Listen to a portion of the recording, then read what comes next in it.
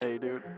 Uh, fucking the guy who pilots the Talgies, his name was cool too. But Zex Marquise is his name. Zex. Fucking Talgies. Für Unterbar. Yeah, Free Unterbar. Danny's like, I'm not gonna watch Gundam unless there's a character named Free Unterbar.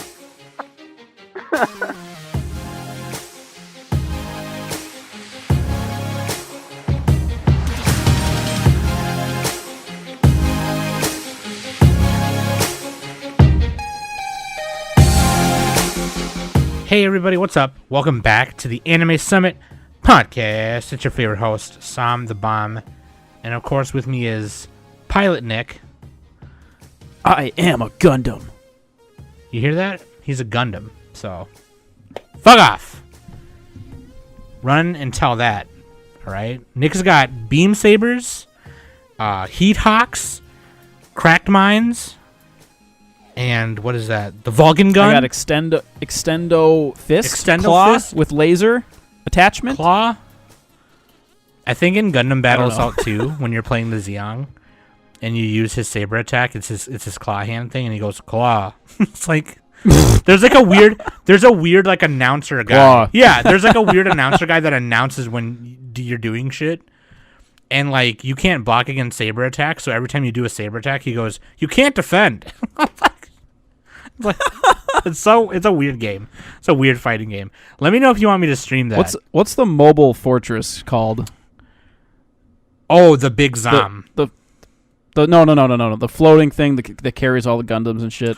Oh, I don't know. For the Federation. The from actual, first the Gundam. actual spaceship. Yeah, It's like it's smallish. You know, it's Yeah, well, it's bigger than the Nadesco. I know that because I remember pretty looking big. at a chart. wow. This is fucking sad. We can't remember. It doesn't matter. It's not in the show. Yeah, they're like, who cares? I mean, there's another version of it, but yeah. Anyway, Yeah, I don't know. I don't fucking know. But anyway, we're Gundam noobs. why did Nick bring that up? Why are we talking about Gundams? Because, bitch, we're talking about Mobile Suit Gundam Thunderbolt today. One more. Just squeezing in one more decade spotlight right now. Kind of. Because it's like a OVA movie kind of thing. But, like, still really cool. And Nick suggested it. It's a side story in the Universal Century. Yes. Pretty early on in the Universal Century, too. And also, you may notice that I didn't introduce Danny. That's because she's not here because she sucks. Anyway. No, I'm just kidding. She's doing a thing for work this week. She'll be on the next couple episodes, and then she's going to go on vacation again, so we'll be without her for a little bit again. Me and Nick will have some guests on, or we'll do a couple more, whatevers. But until then, the dynamic duo is back. Bow! Blap blap. Brah, brah, brah, brah. Scraw. What's that bird sound? You gotta make this the bird sound. Like all the rapper, yeah. Skirt! yeah. Skirt. Grr, grr, grr.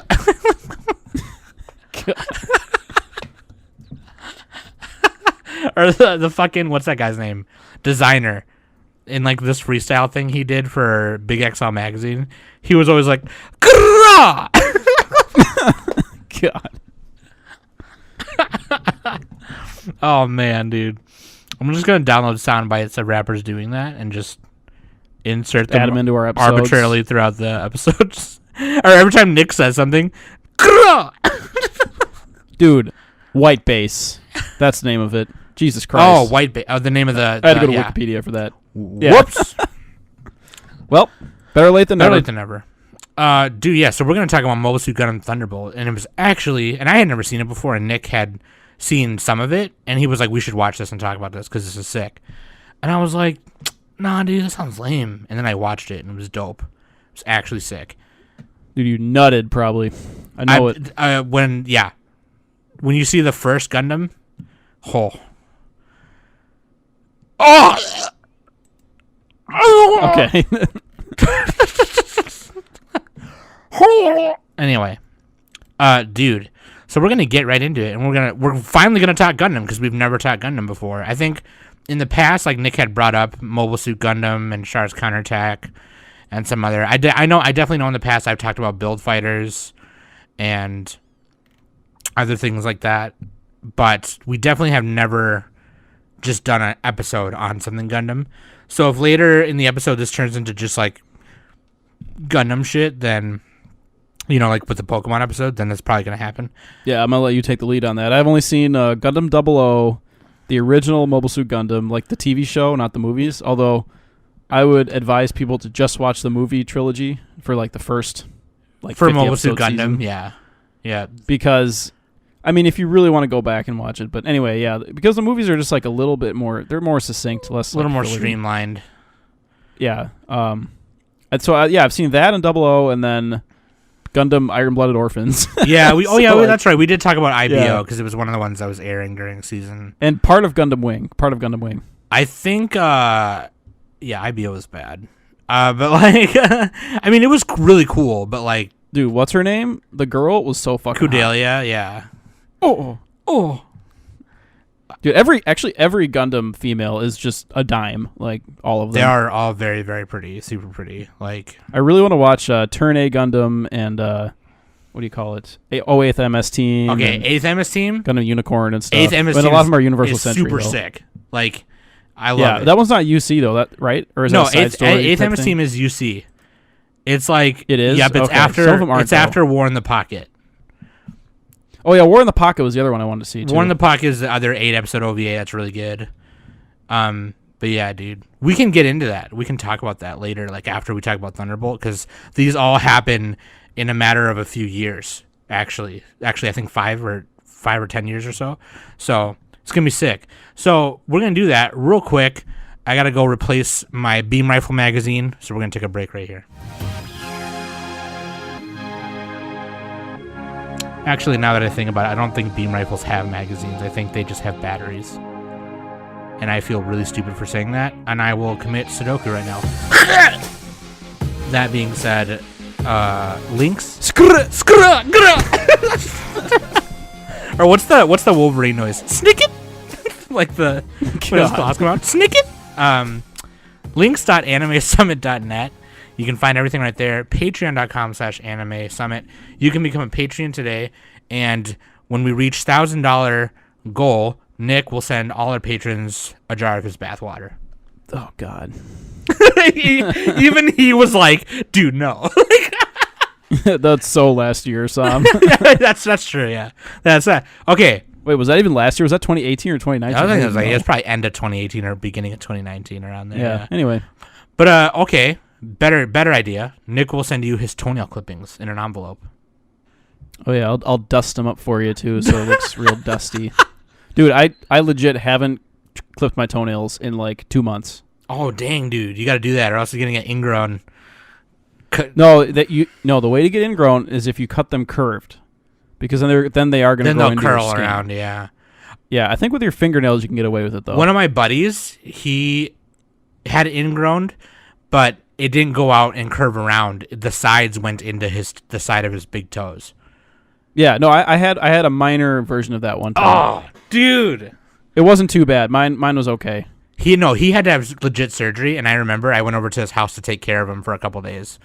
Because, like, all he could do was, like, lay around. They didn't want him to walk on his feet because they were afraid. Anyway, we're going to talk about Gundam feet later. But, yeah, dog, that's nasty. Cut your toenails. Jesus Christ. I just had mine cut the other day. Thank you, Trisha. Shout out to Trisha. Freaking... Wow, my name is Sam, and I have a significant other.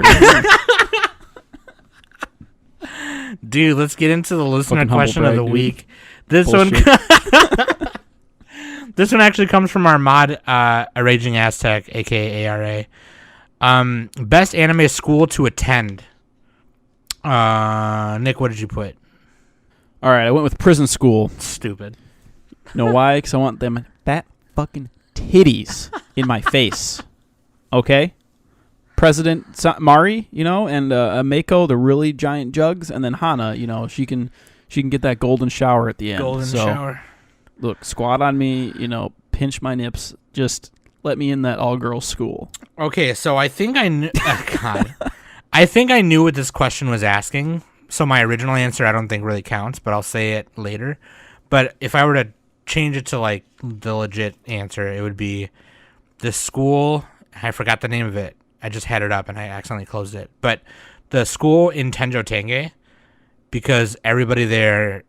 Like, every club there is just like a martial arts club, and you just join a club, and you learn to kick people's asses, which is And they go when they hit people. bap bap bap bap. Blap blap blap. But originally, I was gonna say I would go to the school of Turtle Hermit, Master Roshi Oh, school. oh, fuck, man. Okay. But I think, honestly, that would be my real choice. but I think the question was asking like an actual kind of like, yeah, that's more of like a trade school or something. yeah, right, yeah, Like a martial arts school. Like I think they meant traditional school. Yeah, I think they meant like a high school or something. But no, Second choice for me, Code Geass. You know, catch some table coon molestation in the, in the off hours. table. Dude, you gotta watch Code. Have you seen Code Geass? No, not all of it. No, I didn't like it. There's robots in that. It's a crazy. There's robots in that. It's a crazy campy show. It's I find it really funny. It's a drama, but it's like a melodrama. It's crazy. So, yeah. Code. Didn't they have a movie that just came out a couple years ago? The Resurrection. Yeah, Lelouch Resurrection or something. Yeah. I don't know why they did that. Lelouch. But whatever. Lelouch. Okay. Anyway, let's get into it, dude. Waifu and Husbando. Waifu is Carla Mitchum. She is a scientist for the Zeon forces. And she specializes also in like prosthetics and pilot mechanic relations or pilot and mobile suit relations. She she and her dad, I think, helped develop the technology for like the Berserker Zeon robot. It's not like it's like their version of a Gundam, right? The Psycho. Yeah. The Psycho Zaku, yeah. So like basically that lets pilots compete with Gundams in a way. Yeah, it's like they're just ramping up. It's technology wars. So think of it like how like in Evangelion, they're like psychotically synced to their, their Eva. Yeah, they have the sync ratio and all that. Yeah, it's kind of like that. That's like that, and we'll explain that in a bit. That's something the pilot has to be something called a new type, and we'll explain that in a second.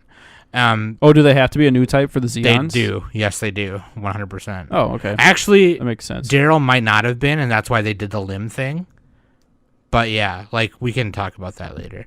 But yeah, no, Carla. Dude, plus though, Carla, she's the hot nerdy scientist. Well, every girl in Gundam is, like I said before, is a fucking. Yeah. Every Gundam God girl tier. is pretty cute. God tier, dude. Pretty cute. Yeah, dude. I mean, maybe not the original Gundam because they looked like fucking blobs, but whatever.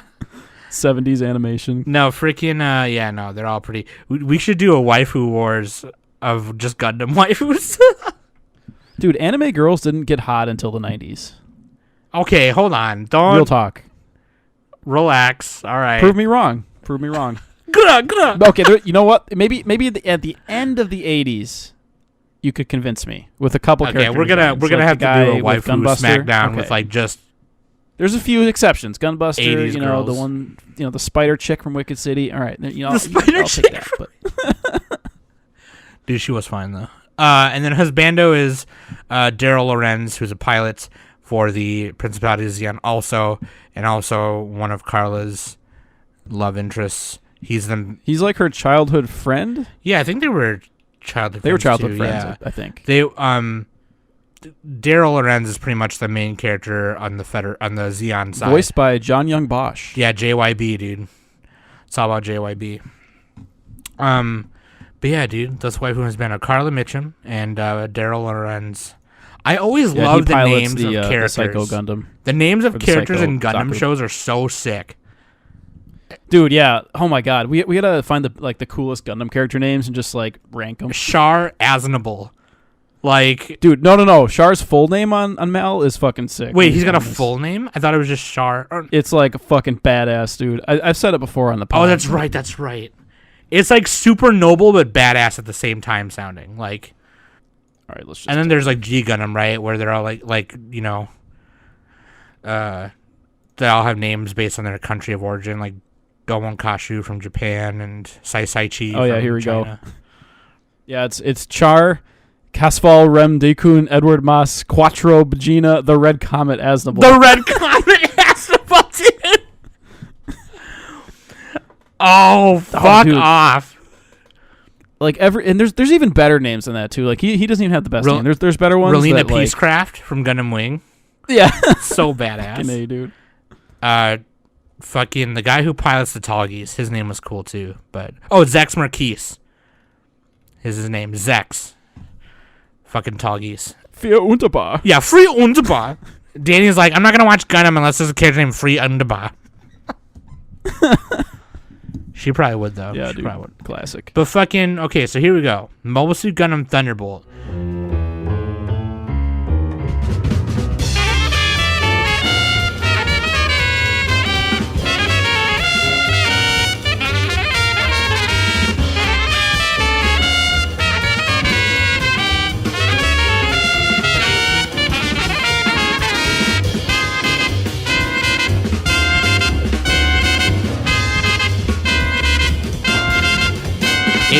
Okay, so I would say it came out 2016. It technically started like at the end of December of 2015, but that was like just the OVAs were the first part, and then the movies came out later. Yeah, which are the movies were compilations. Of each part. There's 8 episodes, 4 episodes for the first act, 4 episodes for the second act. Based on the manga Gundam Thunderbolt by Yasuo Odagaki, which that manga is still going, by the way. So this only adapts the Thunderbolt arc, is what they call it. The OVAs or films, or this show rather, was directed by Ko Matsuo. He did some Banana Fish storyboarding, some Freedom storyboarding, Gungrave. He was an episode director on. I'm trying to see what else he like straight up directed. Oh yeah, who's the director again? Ko Matsuo. So it's listed as episode. So like, what other things has he directed that we can compare?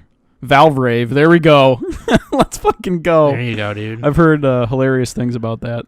He's like done a lot of episode directing. Oh, Red Garden. Red Garden Dead Girls, too, so. Which I've never seen. It's an OVA. He's directed a lot of OVAs. Oh, Rosen Maiden. There we go. All right. So Ko Matsuo, there's him.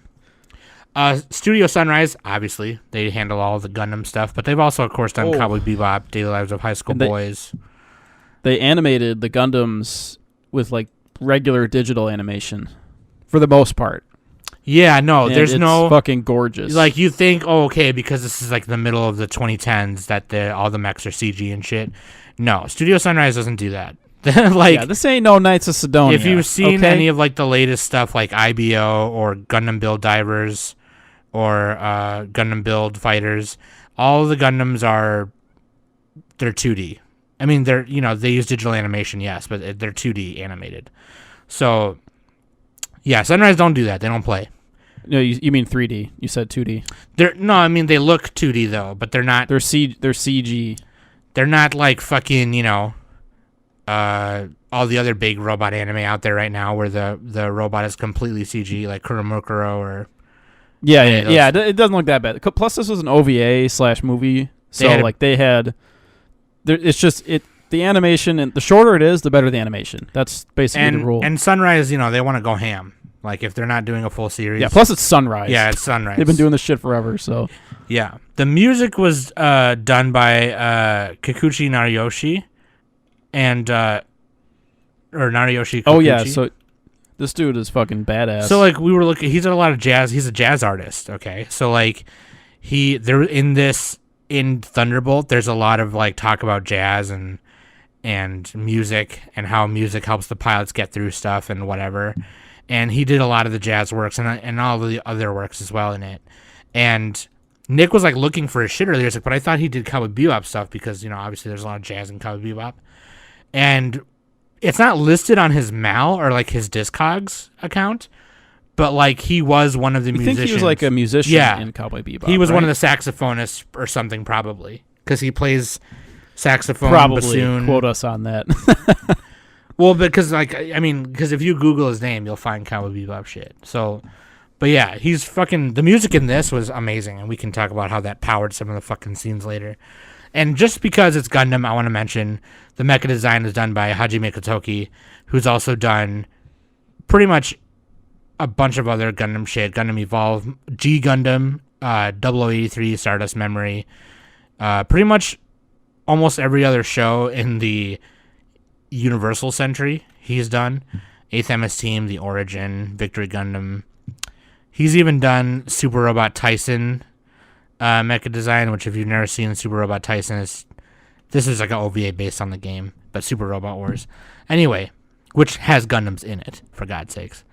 But Yeah, and just to mention again, the Kikuchi also worked on the woman called Fujiko Mine, the Lupin oh, did he? Show.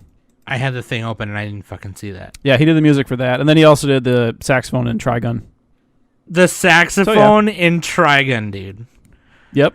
Imagine how much of a guy with badass saxophone you have to powers. be to put that on your resume. Yeah, the guy could play a saxophone and like damage people with it. Yeah. Like, Vash would shoot a bullet, and he'd be like, and like, God, fucking, dude. like blast him. So he's basically that character in real life. So yeah, Mobile Suit Gundam Thunderbolt. Here's a summary that came from Mal. In the UC Century 0079, forces of the Earth Federation and the Principality of Zeon engage in a battle within the Thunderbolt Sector during the One-Year War. This section of space, known for its constant strikes of electricity, proves to be a deadly battlefield as Federation pilot E.O. Fleming leads a charge against Zeon's ace Daryl Lorenz and his squad of snipers. With the fighters on both sides proving to be formidable soldiers, neither side is willing to back down, fighting strategically amongst the remnants of colonies. So in this sector is pretty much a whole destroyed like space colony. There's buildings flying everywhere. There's a part where when EO and Daryl are fighting, they land like in the streets on a floating fucking section of this colony. And it looks like they're fighting in a city battle, but they're still really in space. And it's pretty cool. So like Nick said earlier, it's an 8-episode OVA, but they're kind of like in 2 acts. So the first 4 episodes are in 1 act. The second 4 are in another. And they're compiled into 2 movies. The first one is December Sky, and the second one is it's the Rose. I'm drawing a blank. December Sky and Bandit Flower. Bandit Flower. There we go. That's actually a sick name. I should have. I had that written down, and I tabbed away from it, so I was like, "Fuck, where's the name?" Yeah. But yeah, dude. So like, and you can find. Did we say where people can find? Oh yeah, this? dude. Sorry, my bad. Where you can watch find this, them on YouTube right now. You can literally go to Gundam's official YouTube channel, which is Gundam Info. It's Gundam Info. So like, and I've mentioned this before on the podcast, but not for a while. Literally, you could watch most Gundam stuff on Gundam Info. As soon as the show is done, they pretty much upload it like a couple months later or a year later. So like if you're looking for latest Gundam stuff and you don't have like Crunchyroll or VRV or anything like that, you can literally go to Gundam. I don't even know if a lot of Gundam is on Crunchyroll, is it? A lot of it is on Hulu. That I know for sure. But like on Crunchyroll, I'm not sure. And a lot of it is on VRV. So there might be some on Crunchyroll if it's on VRV, but I think a couple of them might be on High Dive too. I don't know. I don't have High Dive, but definitely Gundam Info. Yeah, actually, High Dive has a lot of old stuff. Okay, then I bet you they have the older UC stuff. But like Gundam Info is legit though. You can legit watch, and it's so right now on Gundam Info you can watch dub and sub, and it's the movie versions. So like, they're like an hour, 10 minutes long each, and you can pick dub or sub. Just type in Gundam Thunderbolt. Literally, it'll come up right at the top. So that's where you can watch it if you want to watch it right now. And you don't even need a subscription to anything, just YouTube. So fucking some background information without getting too much into like how the Universal Century, the Future Century, or the After Colony Century works or anything like that. Just give like a bird's eye view, because I don't even know all the details of that. I mean, it's the God damn it, Zions and the Earth Federation. Yeah, the basically Zeon. Sorry. Yeah, the Principality of Zeon versus the Earth Federation. Gundam is very there's so many things going on in Gundam that it's easy to lose track. So yeah. The easy thing about the UC Century is that it makes use of the true science of the way the universe is right now. So there's Earth, there's America, Africa, Japan, and then there's the moons going around and things like that. So that kind of makes it a little easier to understand. What took place the original show, Mobile Suit Gundam, took place in the year 79, and during that time, in those few years, There also took place 0080, which is the year 80, War in the Pocket, year 80, 8th MS Team, some other OVAs, I think Igloo was one of them, and then Thunderbolt, which is the last one to take place in 0080. So from 0079 to 0080 is the 1 year war, and Thunderbolt takes place at like towards the end of the 1 year war. So Mobile Suit Gundam is when the 1 year war started, technically, or a little bit after it started. Thunderbolt is kind of where it ends. And then you can go on and see like 0083, 0087, 0088, all that stuff.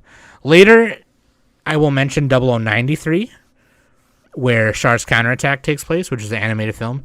But I only mention that for a second when we talk about the new type shit. But basically, it starts in the space in the Thunderbolt sector, and there's the Zeon's main mobile suit, which is a Zaku, are stationed in different hiding spots, sniping at the Federation. And the Federation is just throwing what they call a GM, which is a general mobile suit. Pilots are just dying left and right, getting sniped, just like, fuck, And they get their best pilot, E.O. Fleming, to pilot a Gundam that takes advantage of the new type technology. That Gundam, I believe, is called an FA-78, which is basically an RX-78, which is the original one. But they call this I know some of these words. They call it a full armor, yeah. Because it has extra arms to hold like 2 more shields, which is pretty sick. But Gundam is a toy selling franchise, like Transformers. Yeah. Yoshiyuki told me the original Gundam creator, he wanted to make the Gundam white because that it'd make more sense in a military setting, like all like pure white. But they're like, no, we gotta sell toys. You gotta add colors. So that's a cool little neat fact. I think later down the line there was a Gundam show though where there was one that was like all white. Yeah, probably. Yeah, I'm sure they. I think it was actually an 8th MS Team, but I don't remember. But anyway, GMs are getting sniped. E.O. Fleming gets in the full armor FA-78, and he's able to literally fly 2 times faster. The alloy is stronger. He's like jumping off of meteors and parts of the space colony that's broken up, and he's no concussions whatsoever. Yeah, no. He's eliminating snipers left and right, and he's able to capture a Rickdom unit, which is another Zeon mobile suit, and bring it back to the Federation's base, because the Federation actually recycles and reuses parts of any mobile suit they find. It doesn't matter if it's Zeon or Federation. And so the war, it kind of just like becomes a game of like, now it's your move. All right, now it's your move. And they kind of go back and forth. They do a really good job of showing both sides. Yeah, it's an arms race. Every Gundam is an arms race. Yeah, pretty much. And they do a really good job. So like in other Gundam shows, you know who the bad guy is. And then you know who the good guys are, right? And obviously the good guys get slightly more screen time, obviously, like whatever. In this, both sides get almost a pretty much equal amount of screen time. You don't even, you want to root for the Federation because originally they were the good guys. But like, they show you pretty much just as much of... That's the thing about Gundam, though. Like, were they really the good guys, like, the whole time? I guess that's for you to decide, I suppose, yeah. Because it's kind of complicated, right? Because in Gundam, the Zeons have their stories, too. They're not just, like, comically evil. They do. No, they're not. Yeah, it's basically nation versus nation, Yeah. I believe in, like, 0070 or 0068, year 68, is when Zeon became a republic and decided to, like, secede from the rest of, like, the Earth colonies and stuff like that. And it was just like that's a whole nother discussion. But like, you're right, you're absolutely right. They're not like your textbook villain. They're kind of like they have always had another story and stuff, and they kind of blurred the lines with that in the original Gundam.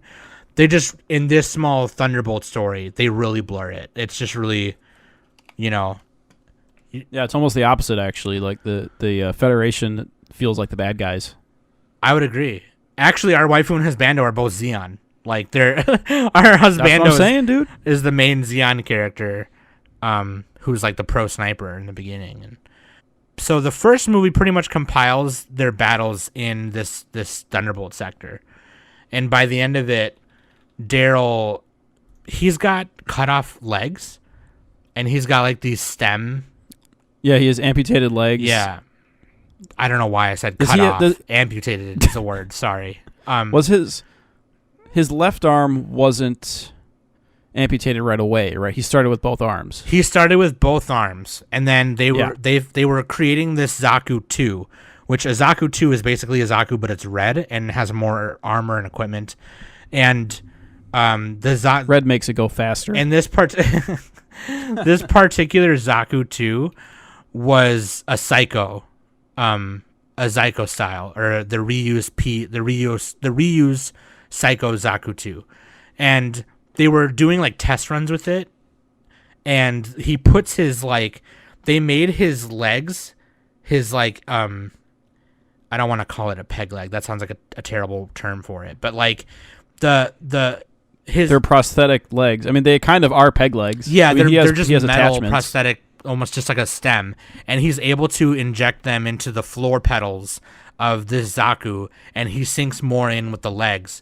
And like it shows him like doing a test run where he's running, and he's like, I feel like I'm running like outside, like with actual. Oh yeah, legs. And they're playing this awesome, not jazz music, but it's more what do you call it? Like band music. The kind of music he's listening to is like, yeah, it's like. I don't have a good description. It's there's a good video on YouTube that describes how Gundam turns music into a weapon. It's by Cartoon Cypher. Yeah, I linked it in our own little chat. But yeah, check out Cartoon Cypher. The Cartoon Cypher, how Gundam Thunderbolt turns music into a weapon. They describe it better than I can. So they will describe it better how we will, but the music in this is just fucking amazing. So later, when he's out there fighting E.O. Fleming in the new Gundam, he loses his arm, his left arm. So then they decide to replace that with a prosthetic. And then they think, okay, well, you know what? To get him to fully sync with the Psycho Zaku, we're going to cut off his right hand and then put a prosthetic over there. Yeah.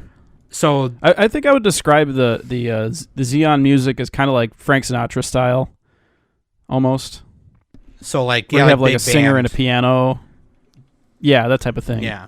And then whereas the Federation music is jazz. Yeah, E.O. Fleming, he loves jazz. He's like a drummer, and he like drums on in his cockpit a lot. But yeah, dude. So like now he's got all four of his limbs that are able to plug in to the cockpit of the Psycho Zaku. Yeah, it enables like an instantaneous connection, basically. And he basically it's like directly into his nerves. Oh god, dude! When you say that, it's just like it's so horrible because that scene was actually like yeah, dude. Yeah, that scene was the worst part is like in the battle with Fleming, he loses his left arm, but he still has his right arm. And like, you know, you cut to these commanders. They're like, we need to activate this fucking Psycho Gundam. We need him. ask him to sacrifice his body for the principality. And it's like you have this fucking badass looking general dude, Burroughs, with like the beard and the mustache and the hat. That dude looks awesome. He doesn't have much screen time, but anyway, he's like standing there just like saluting him as the guy. He gets his other arm cut off because like he has to connect into it even better, you know. Yeah, and so he goes on. So like they cut off his healthy arm. Goes on the surgeon's table, and then they sedate him and cut it off. And Carla is just like she's just like losing her shit because of that. Carla, yeah, the Zeon scientist who we mentioned before, she's the one who performs the surgery, and it's just like. And they're playing this, you know, they're kind of their theme music over it, and it's just like it's really well directed, like all those scenes. Especially when he's running in the Gundam to like sync up with it, and he's like imagining himself running on the beach. Yeah, it's just like, oh man. Oftentimes you can see like the splashing of his feet, but it's just fucking metal. And that's a good point too, because oftentimes like, even if it's just like there was a character named Colonel Kaufman, and he didn't have that much screen time, and he was one of the guys who was like really good at piloting. He ended up dying too. And there's a scene where if it's just for a minute, they go into his bedroom and they see like that he had all these baseball bobbleheads and baseball pictures. Oh, that's in the second part, yeah. Oh yeah. So what I was saying is like oftentimes each character has like their own type of thing. Yeah. Well, often when a character dies, you see a little glimpse of like their human life, and it's just like, oh, dude, like. And they don't do the thing that a lot of anime does where they flash back a million times for like side characters. No. They do it a couple times for main characters, but it fits in well. But with the side characters, not like here's fucking 5 minutes of my life story, blah blah blah. All right, I'm gonna die now. Like they don't do that. They kind of show it's like short scenes of like, oh, this is their room, this was their life, the people around them, feeling bad and all that. So and dude, yeah, it's they connect. They want to connect you to a character, even if just for a second, and it works somehow the way they do it. It's just like, oh god. Yeah, with Gundam Thunderbolt, it's a lot more. It's a smaller scale than most Gundams, like almost every Gundam. Because in all the other Gundams, it's just like it's a fucking world conflict. We got these countries, blah blah blah. They got this huge, bird's eye view of it. But this one is just like you got the people on the ground, and they're like, they're all suffering, and it focuses on just this particular part of the war, and it's like magnifies that part, and they're all suffering because like even the. While what's his name, John Young Bosch, I'm just gonna call him that. Well, Daryl is like he's like fully amputated. He has no more natural limbs. He's so he's suffering. But then also E.O. Fleming is he's trying to slap some sense into Claudia because she's just like she has to send all these like children into battle, literal children. It's making her go nuts. Yeah, they're like I think the children are new types. They can pilot. Well, they're also making them pilot to see if they are, which is they're basically test. They're like test dummies. God, basically. when you say it like that, it sounds so it's so horrible. Like and like, oh God. EO has to lead them into battle, and he's not like ready for that shit either. So it's like it fucking really magnifies crazy. the trauma and scars of war like really bad, like more so than other Gundams have done it too, but this one in particular was just really like. Yeah. Oh, man. I mean, I've heard people say this is one of their favorite Gundams. Like even people who've seen a lot of Gundam. I've seen a nice handful this of is Gundam, probably up there. And this is one of my favorites. Like, not counting like build, but just well, like yeah. I the mean, like Build Fighters isn't that like a fun one? Build Fighters like is basically a proxy battle with Gundam models. Yeah, with Gunpla. Yeah, so that's like super lighthearted. Yeah, no, it's super. It's fine, super fun and kind of cute. It's targeted to kids to get them to buy more models, but. Like, not counting that one, like, I've seen Gundam Seed, I've seen most of Destiny, Wing, I've seen the original, and I've seen 8th MS Team and War in the Pocket. Like, this, War in the Pocket and this one are magnifying one situation of the 1 year war, and that's why they're really good. Adding that human element. Especially War in the Pocket. This one is a little more war-centered, and War in the Pocket is more it focuses on the main character Bernie and his little brother and like the girl who Bernie's little brother is like friends with, who's actually a Federation pilot, and it's like, oh shit, and his brother is a Zeon pilot. But yeah, it's really good. But so then, right, pretty much both sides are fucked. They just get fucked up. They abandon their main motherships and they touch down to Earth, and then you find out. Yeah, that's kind of the end of episode 1, or of the first movie is where, it's like that final part of that battle. Basically, in space. Yeah, and without like spoiling like who wins that battle, Daryl or EO, but it's kind of hard to tell actually. Huh? Oh yeah, no, never mind. Yeah, but it's kind of hard to tell which side wins. I guess like their one-on-one battle, who wins, right? And it's fucking great. Like I don't want to say what happens, but like the end of it. When they reveal themselves from the cockpits, like EO's just like, what the fuck? Pretty much. He's just like shitting himself because he's so frustrated that he can't beat this one Zeon pilot, right? Even though he's in a Gundam. And they communicated like, directly in Daryl's the beginning really because EO captured the Rickdom. So when he got inside, EO has slaughtered like tons of Zeons. Oh, dude, yeah, he's a pro. Like he's legit a pro. Like his pilot skills are 10 out of 10 easily. So the second part, Bandit Flower, takes place on the Earth. You find out later that the continent they're on is actually Australia, which is they wanted to touch down there because it's basically a wasteland. Like it's just fucked. Like not in terms of like nature. The nature's all still there and it's fine. But in terms of like habitability, there's nobody there. There's broken cities everywhere. It's gone. And so they touch down there for their base of operations. The remnants of the Zeon forces from the Thunderbolt Sector go down there and join the Zeon forces down there. Same on the Earth side, except the Earth has reinforcements coming in as well. And then this is kind of like, and this is not really a spoiler because this becomes part of like apparent to like halfway through the second movie, is there's like this third faction called the South Seas Alliance, and they're a bunch of like monk fanatics or something. Basically, like cult fanatics, monk fanatics, and this is where the new type shit comes in. Because these fanatics all start coming in goofs, and if you don't know what a goof is or a goof, A goof and a gaff. It's a goof and a gaff. Goof and a gaff. Goof and a gaff and a goof Shout and a out gaff to and a goof and a gaff and a goof and a gaff. A goof is basically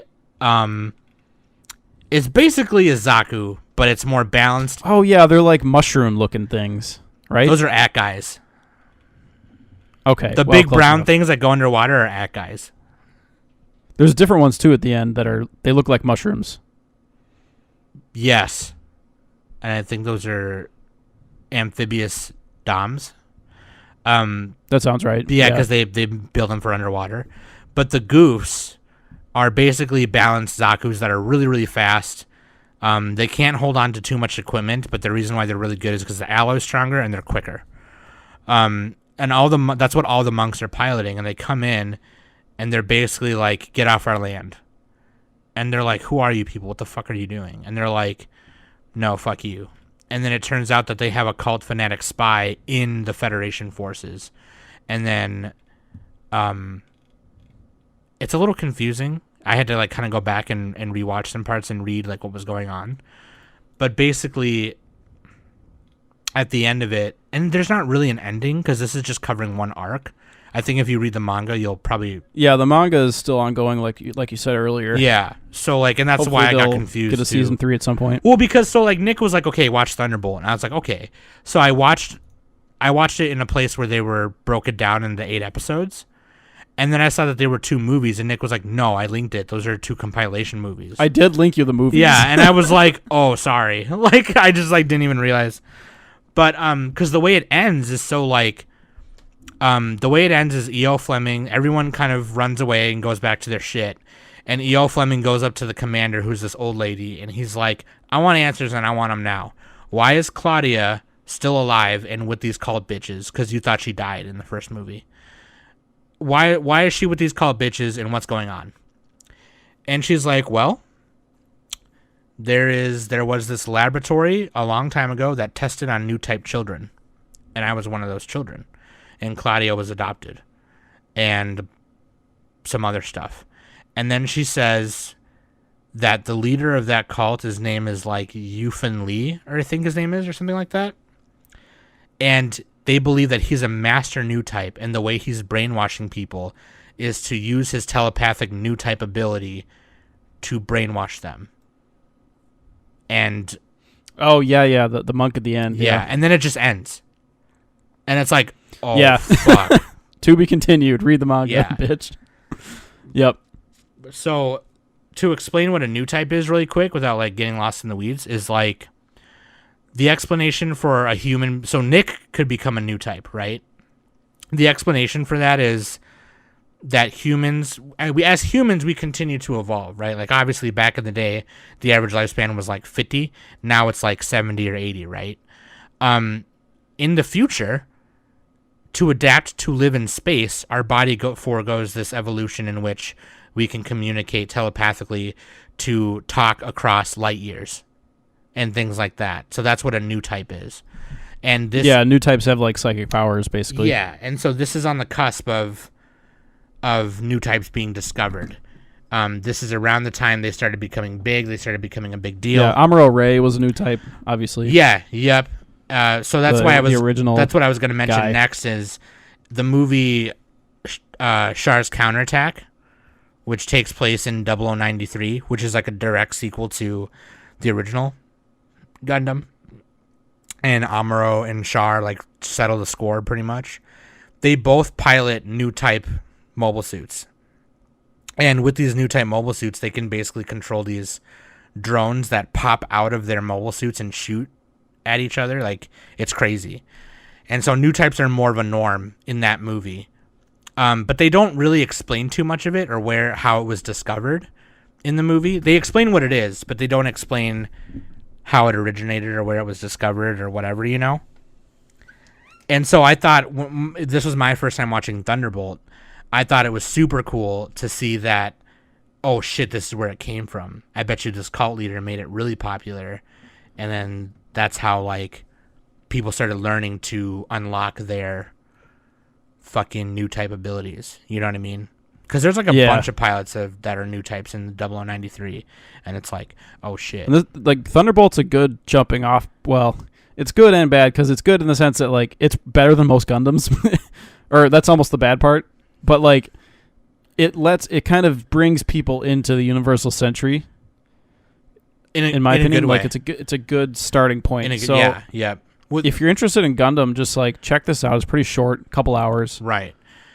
And most of the mobile suits in here are from the original because they're still using these. Because obviously this is only a year later. It's still during the 1 year war.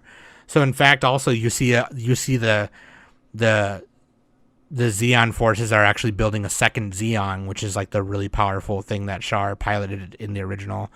There's mini Zams, there's At-Guys, Goofs, Gundams, GMs, gun cannons, it's gun tanks, which is awesome.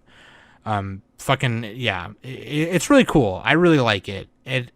And so like let's talk about the animation for a second because we talked about the story enough. But the animation too, as Nick mentioned earlier, like obviously they're using.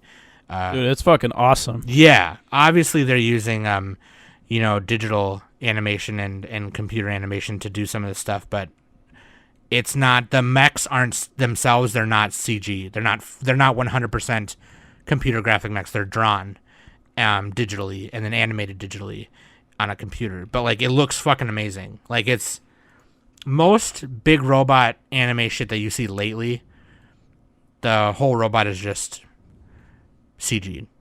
And it's just, it was fresh, like a breath of fresh air. And obviously, like Nick said earlier, it's fucking Sunrise. You know, they're gonna fucking do it. And they had a bigger budget, obviously, because it was an OVA/movie. Yeah. But yeah, it looks sick. I actually enjoyed the character designs the most. Character designs are really good. The art style was like trying to call back to like that OG Gundam style, but still updated, like with kind of the big eyes and the noses and shit, you know.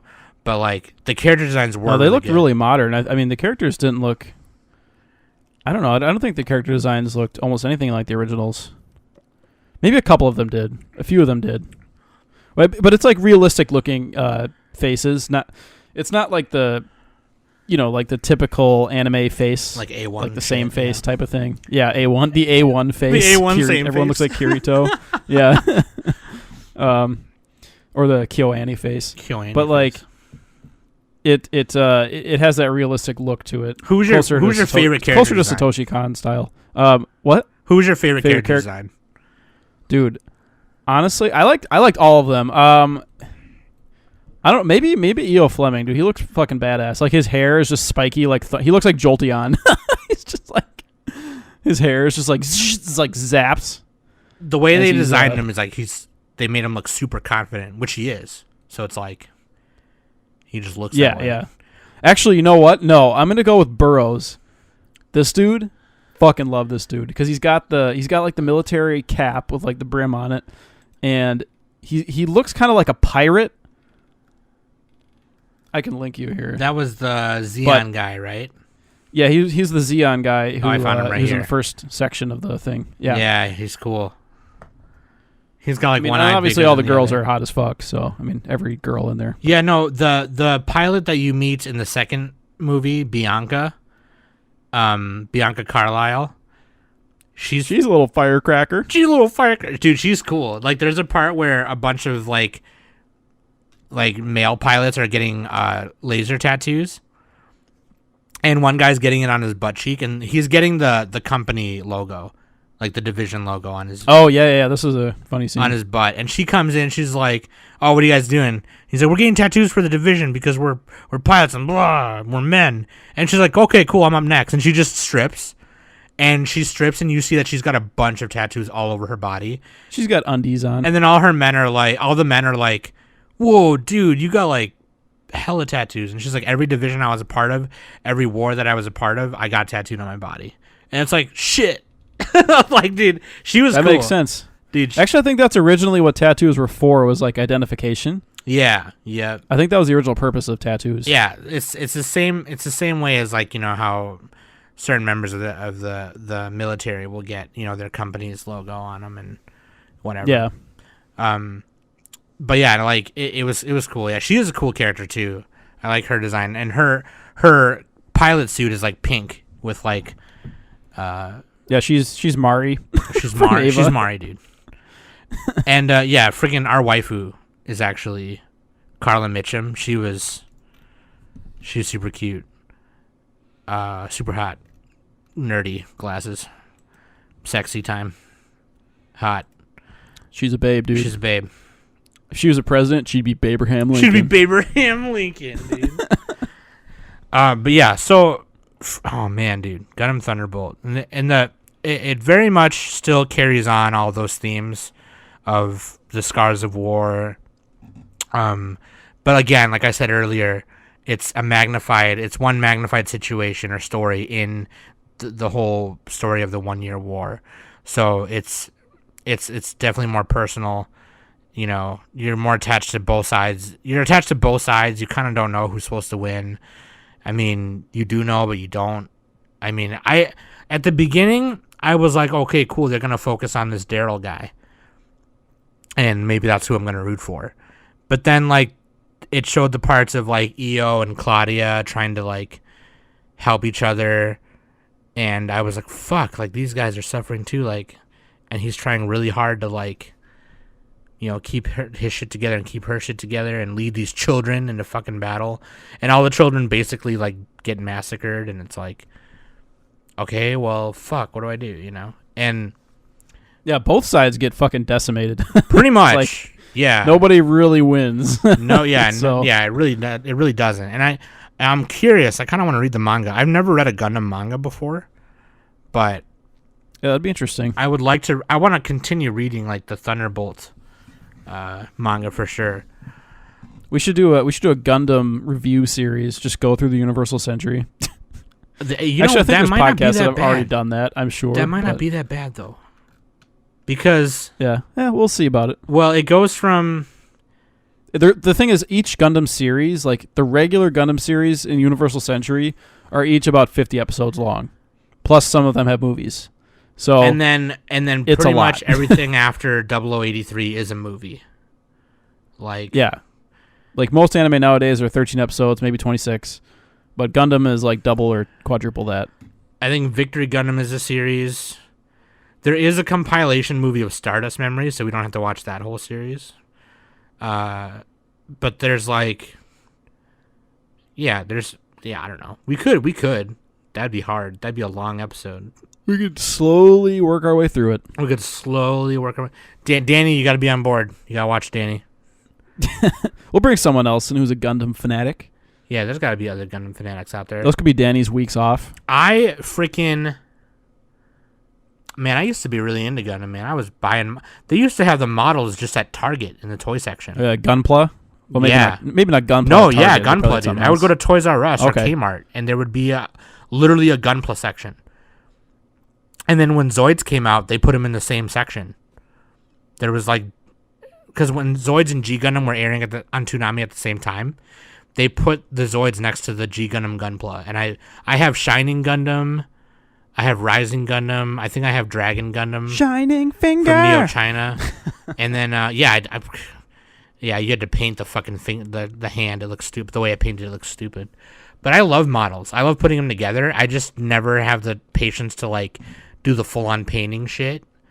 But Yeah, I do have a couple very unbuilt detail ones. oriented. Yeah, I have one from. Apparently, they're really hard to like actually put together and like make perfectly too. They're not hard to put together, but they're hard to make perfect.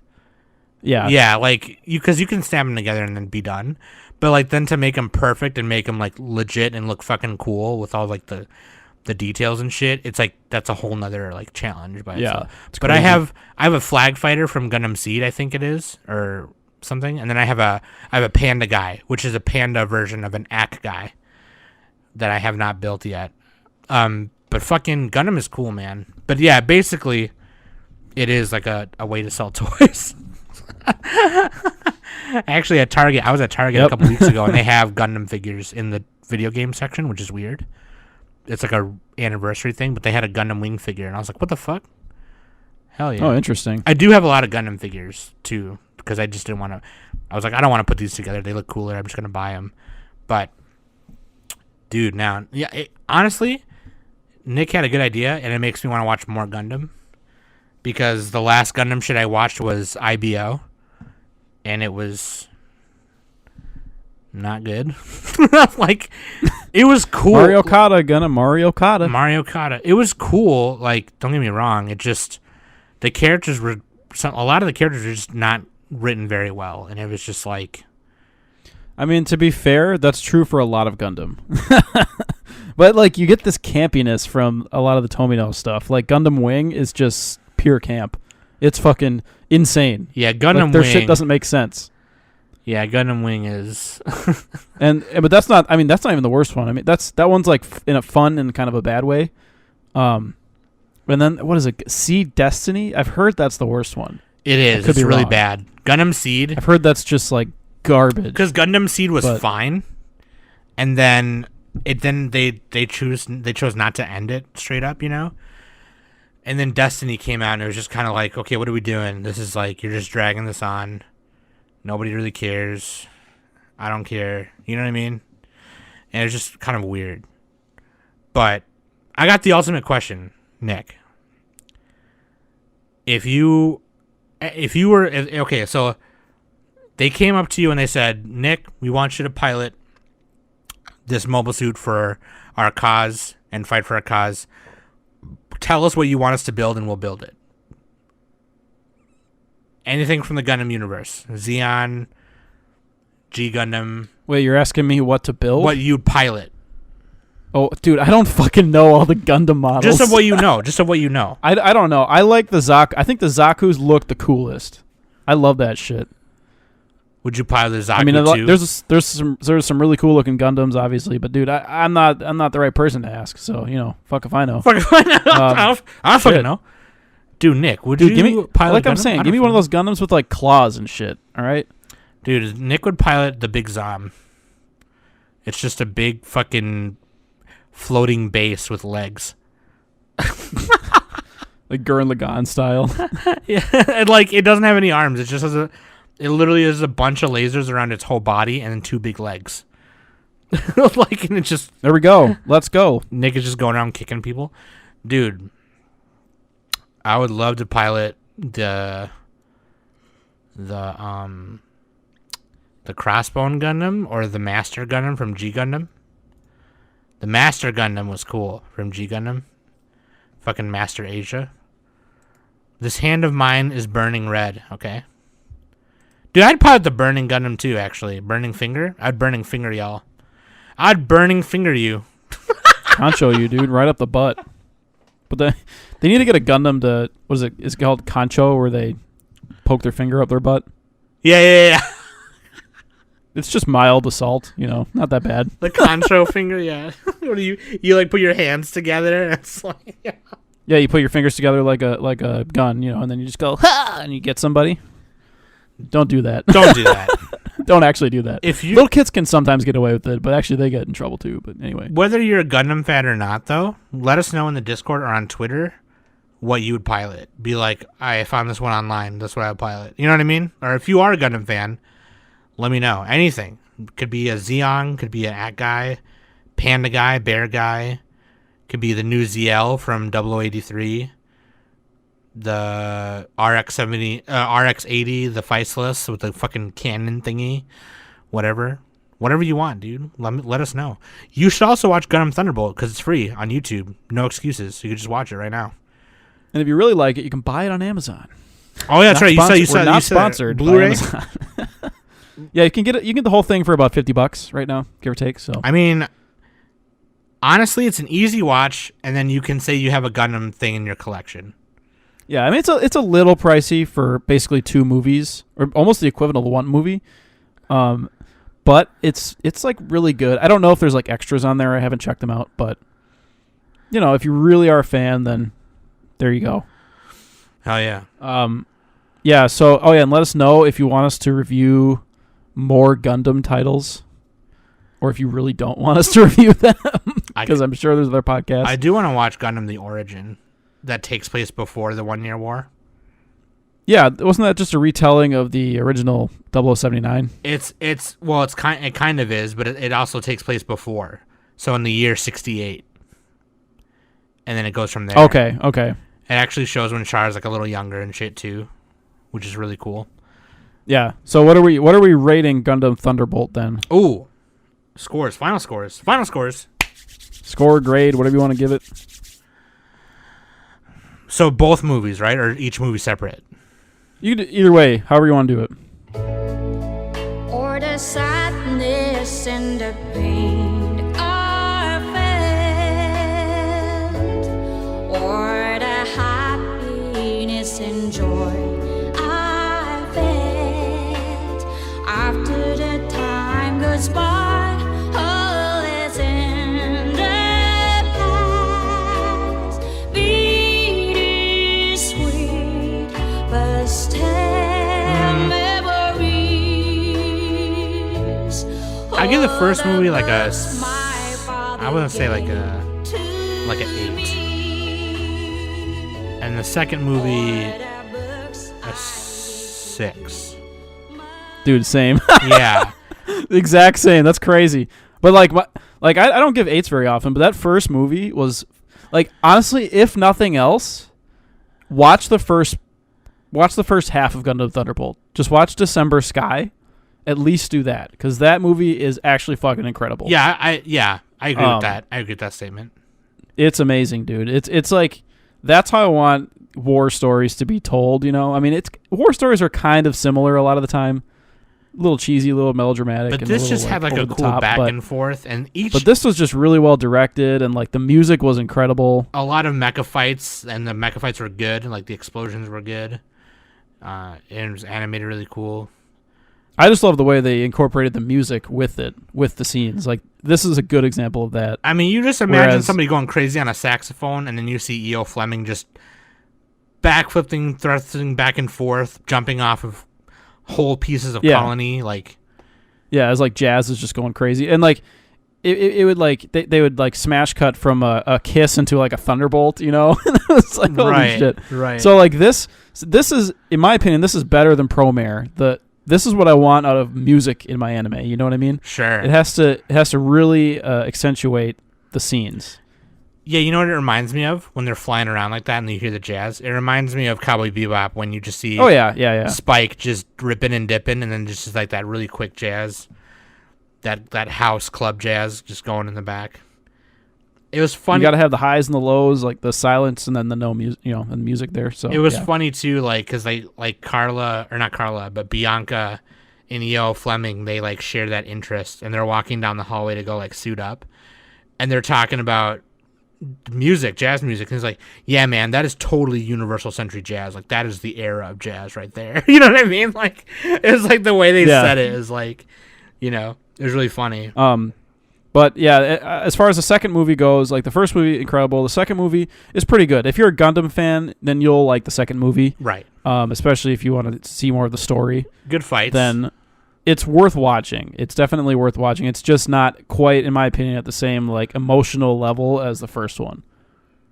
Because just watching Daryl and all, and all the cast just go through all their shit, it was fucking crazy, dude. And they did all of that in 1 hour, like, so. If they can do that in an hour, there's, imagine, this is why we get frustrated when anime TV shows take so long to get going, They did all of this in an hour, right? Right. Why does it take so long sometimes? It's like, fuck, man. Why are you taking up all of my 3-episode rule doing this one thing? Like, yeah, you know what I mean? Like, yeah, that's actually a very good point. Like, yeah, like they did it all in an hour. They told so much in an hour. They magnified a really big story within the 1 year war in a couple hours. And it's like, shit, The story of Daryl by himself is like compelling, it's crazy.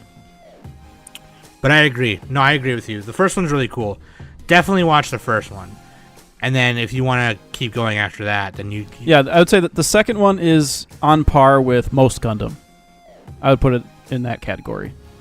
And I would say most Gundam is pretty good. I can agree with Like, that, yeah. I haven't seen all of it, so I can't... I guess I shouldn't really be commenting because I haven't seen all of it, but yeah, it's pretty good. It's worth watching. It's above average for sure. Hell yeah. Hell yeah. So, check it out. Watch it. Go to youtube.com/GundamInfo. You can watch it for freezies. Free 99 right there. It's not, YouTube Red bullshit. It's literally just right there on their channel. Watch it. Watch that shit. Then let us know what you think. Also, let me know what you would pilot. Because if you're a Gundam fan, you know what I'm talking about. What would you pilot? I want to know. Hook a sister up, would ya? That being said, I've had a lot of fun. Thank you for listening every week. I've been Sam. That's Pilot Nick. And we've been the Anime Summit Podcast.